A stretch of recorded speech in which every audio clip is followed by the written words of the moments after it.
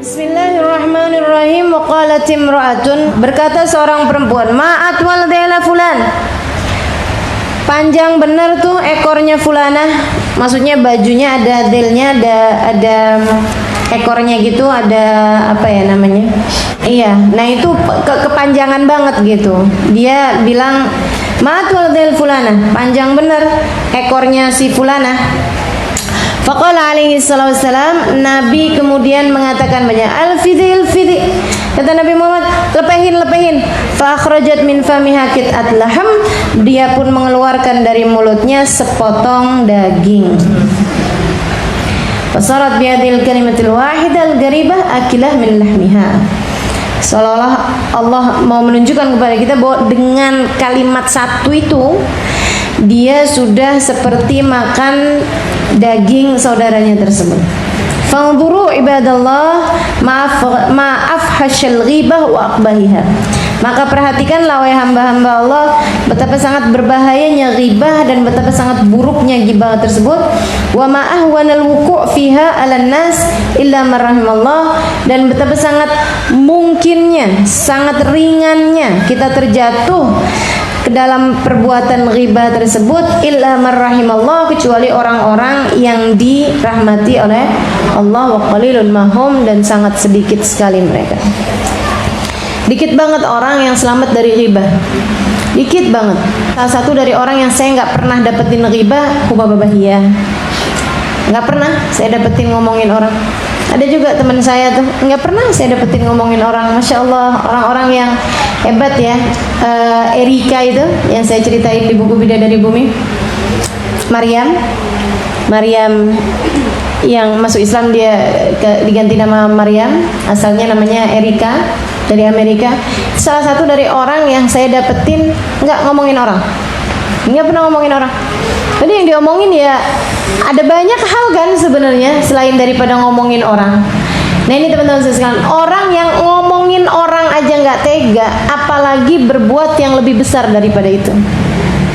Biasanya orang kalau bisa menghindari ghibah, dia akan bisa menghindari apapun yang lebih besar daripada itu. Dia bisa menghindari jahatin orang, mesihir orang, memukul orang, menampar orang, merebut suami orang.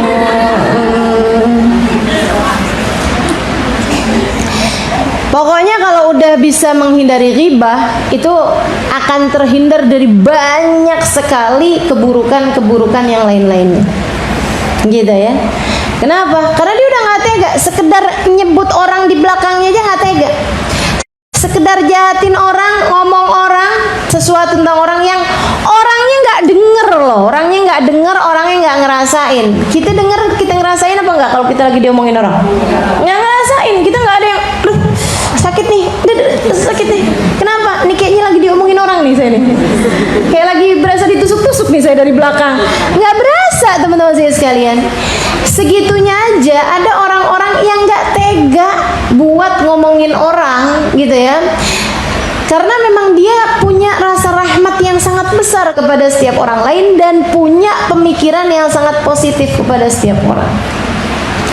Itu mencegah dia dari perbuatan ghibah. Nah, orang kalau nggak ghibahin orang lain, sekali lagi dia akan terhindar dari begitu banyak hal-hal yang orang lain bisa lakukan untuk menyakiti sesama manusia gitu. Jadi kita kalau bisa hindarin ghibah, terhindar dari banyak hal, dari keburukan-keburukan. Belajar yuk, belajar. Mesti merhatiin benar-benar, jangan sampai ngomongin orang, jangan sampai ngomongin orang. Kadang-kadang udah bisa-bisa diajakin orang ngomongin orang, akhirnya ke bawah deh. Enggak kok, dia tuh aslinya begini. Oh kamu nggak tahu aja. Tuh udah mulai. Oh gitu ya, iya. Ya Allah, mudah-mudahan Allah lindungi kita sekalian insyaallah dari berbuat buruk kepada orang lain insyaallah. Biar punya hati yang nggak tegaan kayak hatinya Nabi Muhammad SAW. Nggak pernah tega. Ada orang musuh sekalipun kena azab, Nabi Muhammad nggak tega.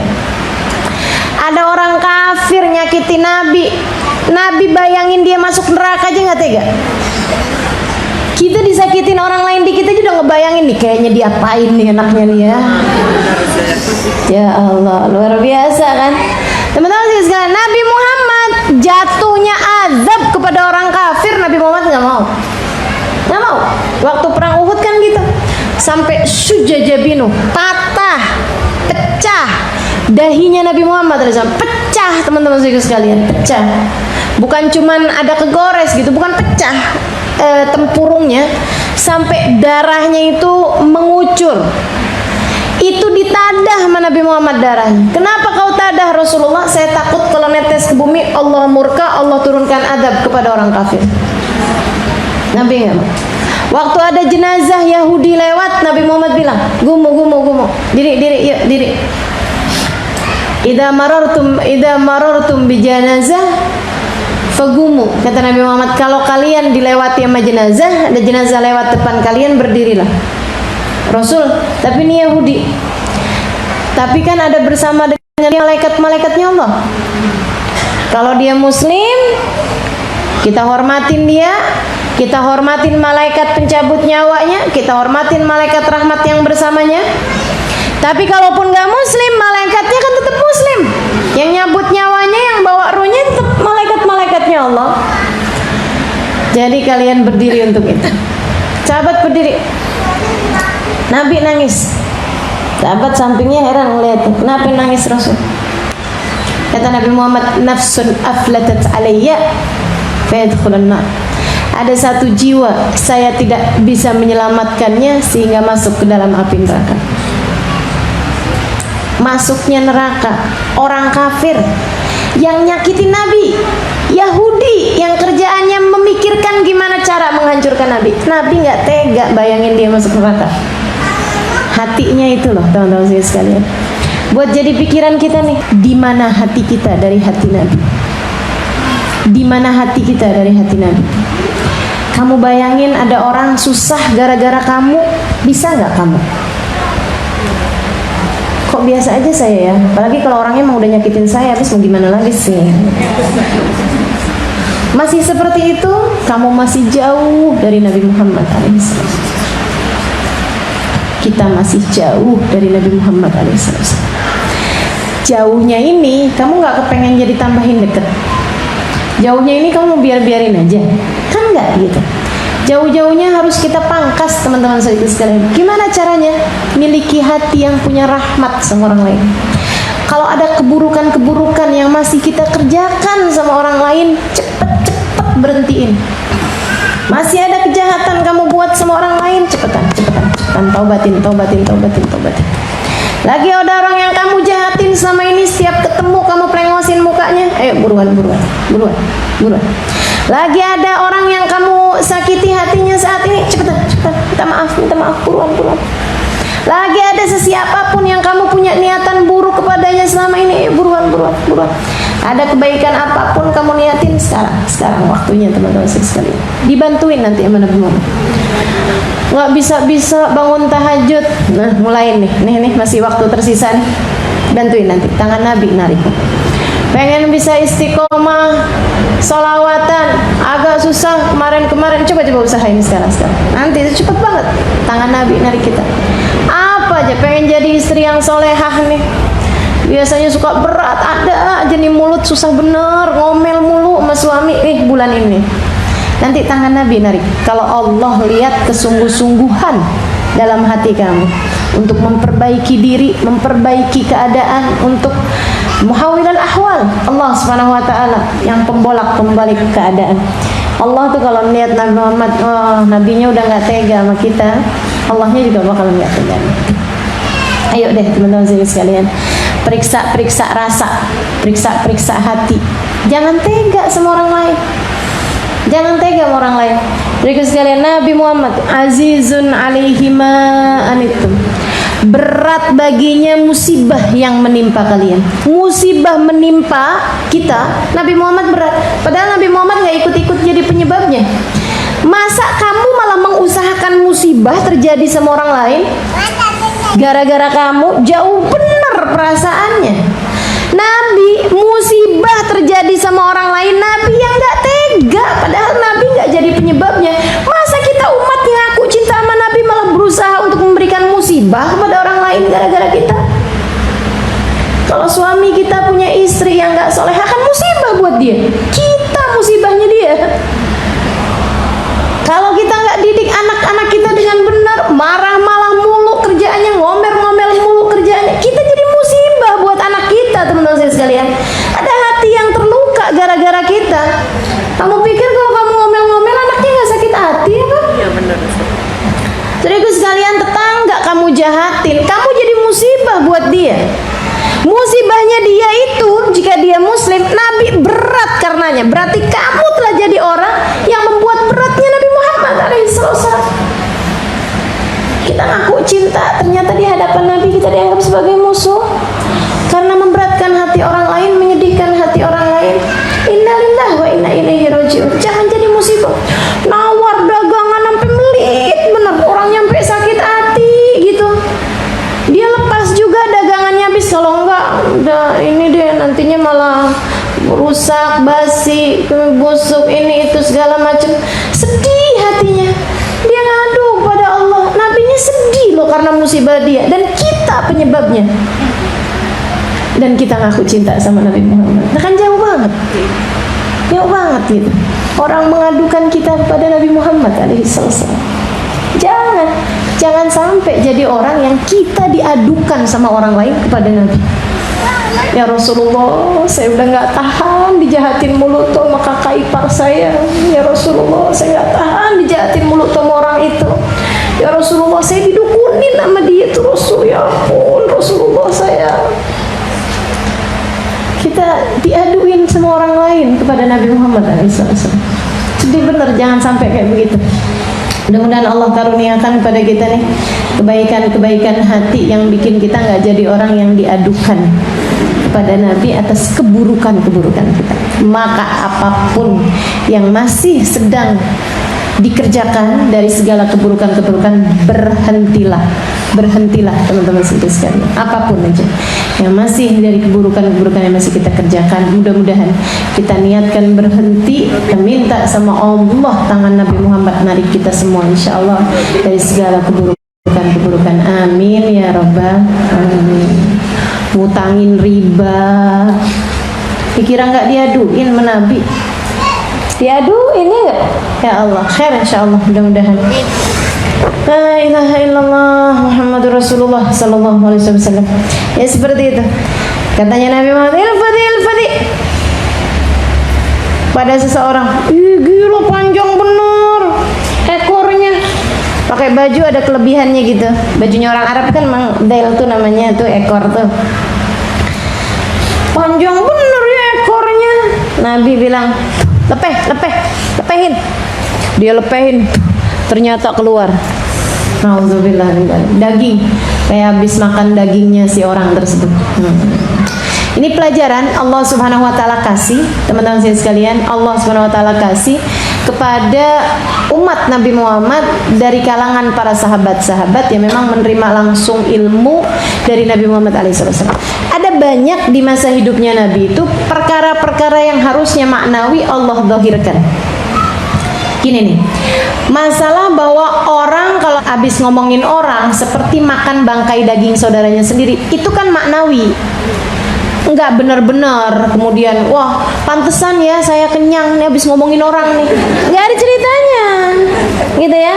Lapar mah tetap lapar aja teman-teman sekalian saya muliakan.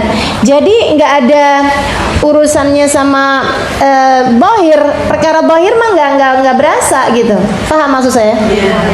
Sama kayak ayat yang berbunyi alladzina yakuluna amwalal yatama zulman innama yakuluna fi butunihim nara wa sayaslawna sa'ira.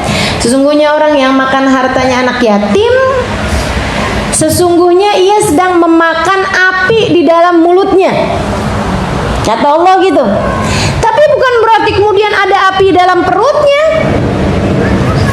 Sama kayak orang memasukkan api ke dalam perutnya, itu sesuatu yang maknawi teman-teman sekalian. Bukan berarti kemudian panas nih, ada api nih di perut saya habis makan hartanya anak yatim. sekali lagi itu namanya perkara yang maknawi, perkara yang maknanya aja seperti itu, tapi bukan faktanya seperti itu gitu. Jadi teman-teman saya sekalian, akan tetapi perkara-perkara yang maknawi ini terkadang Allah Subhanahu wa taala zahirkan untuk jadi pembelajaran. Seperti kayak gini, Allah bilang alladzina yakuluna amwal alladzina fala yaghtab ba'dukum ba'dha ayuhibbu ahadukum an ya'kula lahma akhihi maitan fakarihtum. Janganlah seorang di antara kalian berghibah, itu sama kayak kalian makan bangkai daging saudara kalian sendiri. Kan gitu ya? Itu sesuatu yang maknawi, tapi terkadang Allah tunjukkan secara zahir untuk jadi pembelajaran buat orang-orang, dan itu seringnya terjadi di zamannya Nabi Muhammad alaihissalam. Nabi tunjukin. Teman-teman sekalian saya muliakan, kayak gitu tuh. Ada orang habis ngomongin orang, panjang bener ekornya. Kata Nabi, lepehin. Apa Rasul? Lepehin. Keluar daging. Oh, tuh kamu habis ngomongin orang, dagingnya keluar. Ya Allah. Jadi pembelajaran buat dia untuk yang, ya Allah, mesti hati-hati nih kalau ngomong. Jangan sampai kemudian akhirnya jatuhnya jadi ghibah. Begitu kan? Sama kayak yang puasa di zaman Nabi, jangan ada yang buka kecuali dengan izinku. Nabi kan gitu. Waktunya buka kan pada izin tuh semuanya, sampai ada 2 orang nggak dapet izin, bukannya dikasih buat makan, malah Nabi suruh mereka buat muntah. Begitu muntah malah keluar daging, darah, nanah, seolah-olah habis makan bangkai. Sampai 2 orang tersebut penuh, kata Nabi Muhammad, innahuma samata amma halallahu lahuma wa aftarata bima yahrumullah alaihima. Sesungguhnya keduanya berpuasa, nggak mau makan dari barang-barang yang halal. Kita kalau puasa nggak mau makan barang halal, tapi dia batalin puasanya dengan makan barang haram, yaitu makan bangkai. Jalasat ihdahuma indal ukhra faltabata. Kenapa bisa begitu Rasul? Kata Nabi, yang satu ketemu sama yang lain kemudian ngomongin orang. Sama kayak makan bangkai daging saudaranya, makanya tuh jadi sepenuh itu tuh bangkainya. Ya Allah, jadi mikir nih kita nih, alhamdulillah penutupan aib dari Allah Subhanahu wa taala buat kita nih gede bener. Kalau mau ditampakkan, ya Allah, ibu-ibu teman-teman sekalian, nggak ada di antara kita yang badannya sekecil ini nih. Kebanyakan makan bangkai, kebanyakan makan daging, betul nggak? Nih saya nih kalau ditimbang sama ghibah-ghibahnya nggak segini nih. Ya Allah. Kita semua kalau ditimbang sama aib-aib kita, sama dosa-dosa kita, kira-kira segede apa teman-teman? Ya Allah. Makanya kalau udah nimbang, untung yang ditimbang bisanya cuman badan doang, kulit, daging, tulang, ya enggak? Kalau terus nimbang, kaget karena timbangannya ternyata dosa. Berat 55, dosa 550. Waduh, serem bener. Kata bapak-bapak, iya, untung dosa nggak ada baunya. Kalau dosa ada baunya, adakah seseorang mau berada di samping kita? Saya sih dengar bapak yang ngomong kayak gitu, kayak lagi nyindir benar. Untung Alimah saya nggak tahu dosa kamu. Kalau saya tahu dosa kamu, saya nggak bakalan mau duduk di sebelah kamu.